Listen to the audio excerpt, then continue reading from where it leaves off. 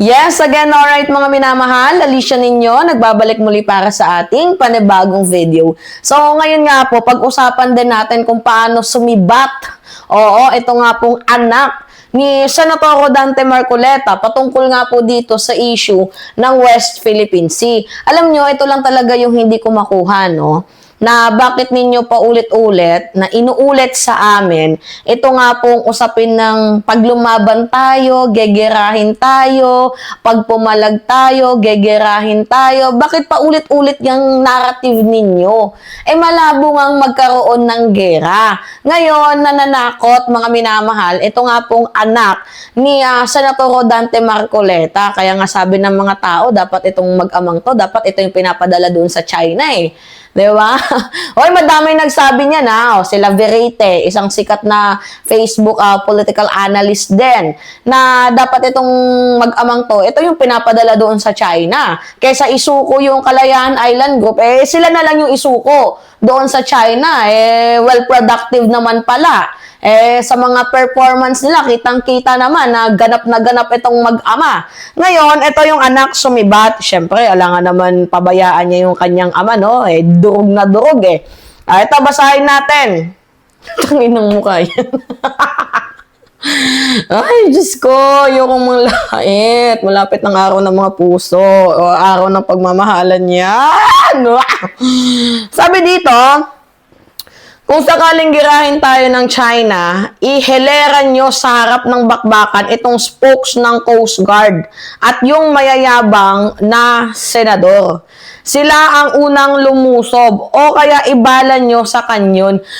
Nag-iisip kaya, mga minamahal, itong anak ni Senator Rodante Marcoleta tungkol nga po sa usapin ng gera, tapos kung paano niya sinabi na mayayabang daw po ang ating mga senador, di porket pinapagtanggol nila ang ating bahura, ang ating karagatan, ang ating mga island, ang sariling atin.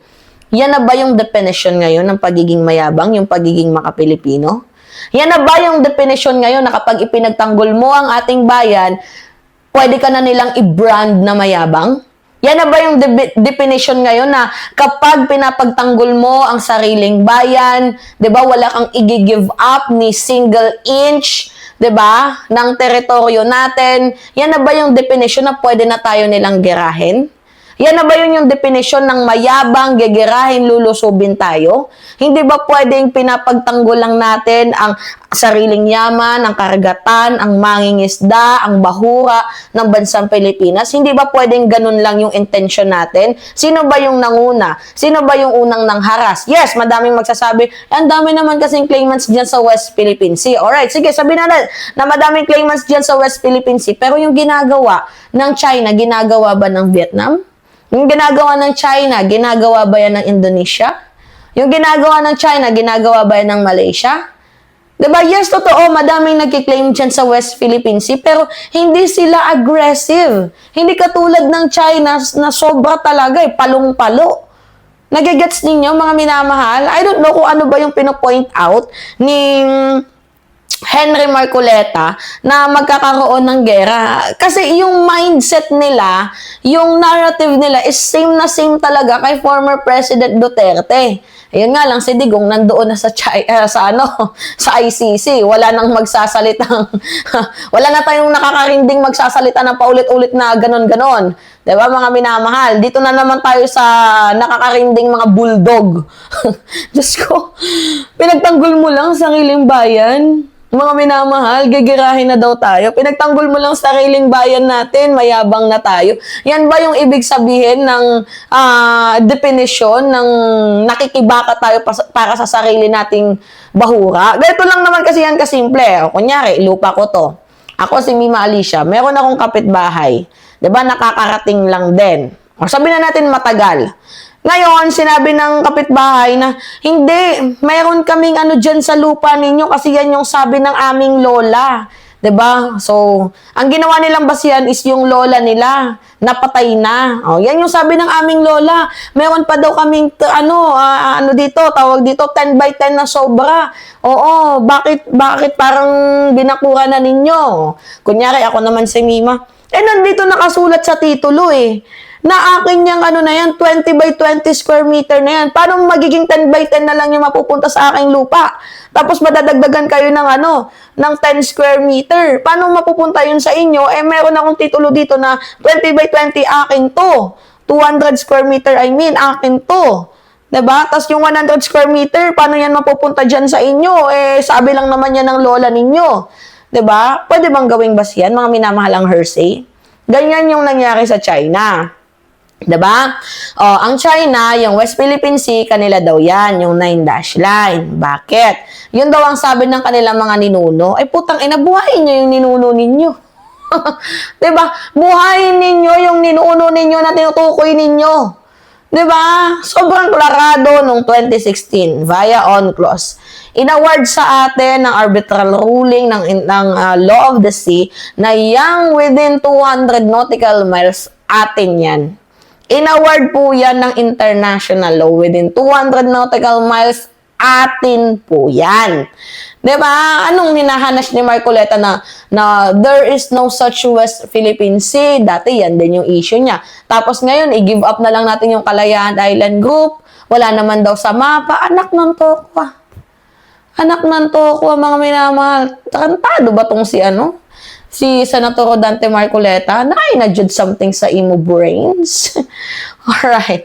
Tapos itong kanyang anak, same lang din ng concept. Itong mag-amang to, dapat itong pinapatapon sa China eh. 'Di ba? Talagang bagay kayo doon. Ba't di na lang kayo magpa-registered? 'Di ba? Na citizen ng China. Eh, total mukhang product, palong-palo din naman kayo.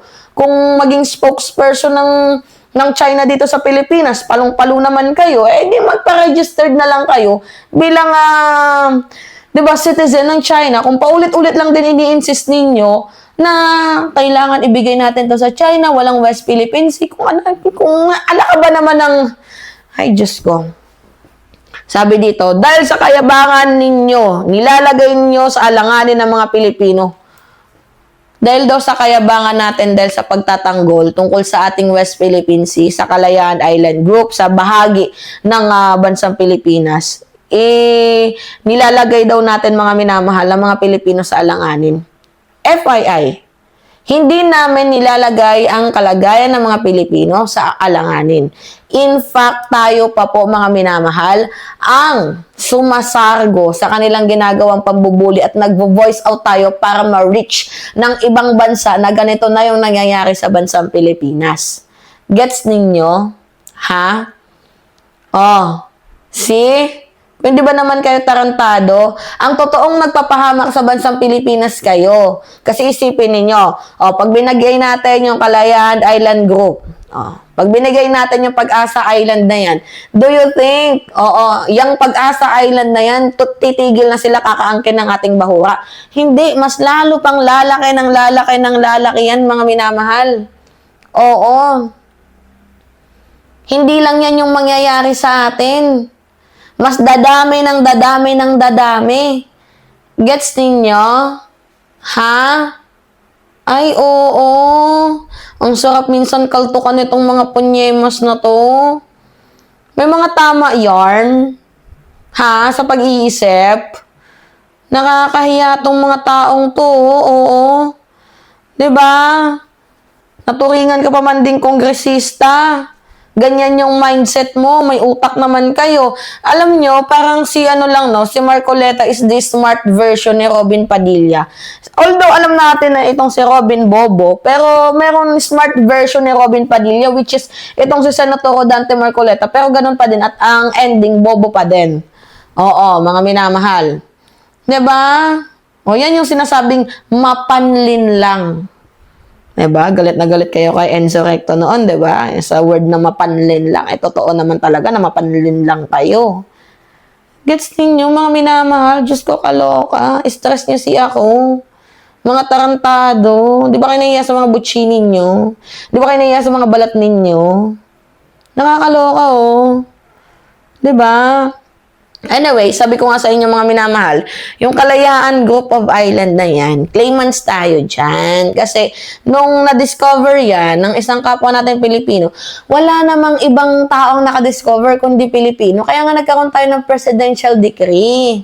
'Diba? Kasi una, ano ba yung naging dahilan kung bakit napasa atin yan? Claimants, discovery, may taong nakatira doon, may municipality. So, sobrang linaw at saka matagal na pong kinikilala yan mga minamahal ng arbitral ruling. So, paano ipapamigay? Diyos ko, ano ba namang... May, naku talaga tong mag-ama na to ang tetelok. Ang cute ninyo. Minsan ang sarap ninyong pagkakaltukan, no? Hindi man lang kayo nag-iisip. Tapos daw ay nasasabihin ninyo na magkakaroon ng gera. Huwag kayo maniwala dyan, mga minamahal. Alam ninyo yung gera, sobrang mahal niyan. And every country, yes, they can afford it, pero sobrang hirap. Dahil unang-una, lalagapak dyan ekonomiya ninyo. Oo, magkagera, lalagapak ang ekonomiya ninyo. Natatandaan ninyo yung Taiwan, pinalibutan na nila na pinutukan ba? Wala. 'Di ba? Kaya ngayon, patuloy pa ding lumalaban ng Taiwan para sa kanilang pamahalaan. Oo, para sa kanilang gobyerno. 'Di ba? Na hindi sila dapat kanino inaangkin lamang. Gusto kasing mangyari ng China, maging government nila or ma-under rule nila yung Taiwan. And I think ganyan din yung gustong gawin ng China sa bansang Pilipinas. 'Di ba? Na ipamahagi tayo dito sa mga Chekwa. Ginawa pa, sabi pa nga ni Digong noon, naalala ko, 'di ba? Tubig lang naman daw 'yan. Ano yung pinag-aawayin natin diyan? Ganun na ganun din yung sinasabi ni Marcoleta. Ibigay na lang natin yung Kalayaan Island Group na 'yan. Kung iisipin ninyo, kung tubig lang 'yan, okay, sige. Kaso diyan nabubuhay yung mga kapwa natin Pilipino Oh, may na-discover pa naman din diyan na malampaya. Oil na makakapag-reproduce, mga minamahal ng ng source ng kuryente sa bansang Pilipinas. Fuel. 'Di ba? Gets ninyo? See? Tapos magagalit. Ito ba naman tong mga taong to, no? Ang mahal-mahal ng isda. 'Di ba? Tapos pag binigay natin sa China, ano pang kukunin natin diyan? Ano pang kakainin natin diyan? 'Di ba? O pag binigay natin yan sa China, ano yung magiging source ng fuel natin, ng mga oil natin? Diba? Wala. Okay lang sana kung dagat lang yan. Kaso nandyan yung yaman ng dagat. At hindi di porket labas sa Exclusive Economic Zone or ng EEZ, yung Kalayaan Island Group na yan ay hindi na pwede nating angkinin. Dahil sabi mo nga, kailangan ng boundaries, coordinates. Putang ina, ang daming kurbada ng dagat. Hindi naman yan straight. Oo, ang daming kurbada ng dagat. Tarantado ka ba, boy? Ang dami kurbada ng dagat. Paano mo lalagyan ng mapa yan? Paano mo lalagyan ng boundaries yan? 'Di ba? Ang daming point ang ipo-point mo pa dyan. 'Di ba? Mga minamahal, ano ba naman tong anak ni Senator Rodante Marcoleta? Minsan na nga lang mag-isip, yung hindi talaga pinag-iisipan, nag-iisip ka ba? 'Di ba? Sabi ko nga sa inyo, yung EEZ, yung Exclusive Economic Zone, ay patungkol lamang po yan sa usapin ng dagat. So, kung ang usapin ng dagat ay EEZ, iba naman po ang usapin sa island. Yung sa Kalayaan Island Group, iba naman po yun. Ang EEZ, particularly, ang tinutukoy lang dyan, is yung tungkol sa mga yaman ng dagat. Kung lupa, hindi na po sakop ng EEZ yan. 'Di ba? Gets ninyo, mga minamahal? See? Diyos ko. Dapat itong mga senador na to, ito yung mga, itong mga kongresistang to, ito yung tinatapon dyan sa West Philippine Sea. Tapos, dinadala dyan sa China. 'Di ba? Kayo na lang mag-representative. 'Di ba? Mag-represent ng China, maging spokesperson na lang kayo. Diyos ko naman, nakakaloka tong mga mag-ama nga naman talaga kayo. 'Di ba? Mag-ama nga naman talaga kayo. Tingnan lang natin kung kumasa sa hamon ni J. Tariela itong si Rodante Marcoleta na pumunta dyan sa Kalayaan Group of Island na yan para masabi natin na talagang maka-Pilipino siya. Well, let's see, mga minamahal. Alright? It's me again, Alicia ninyo.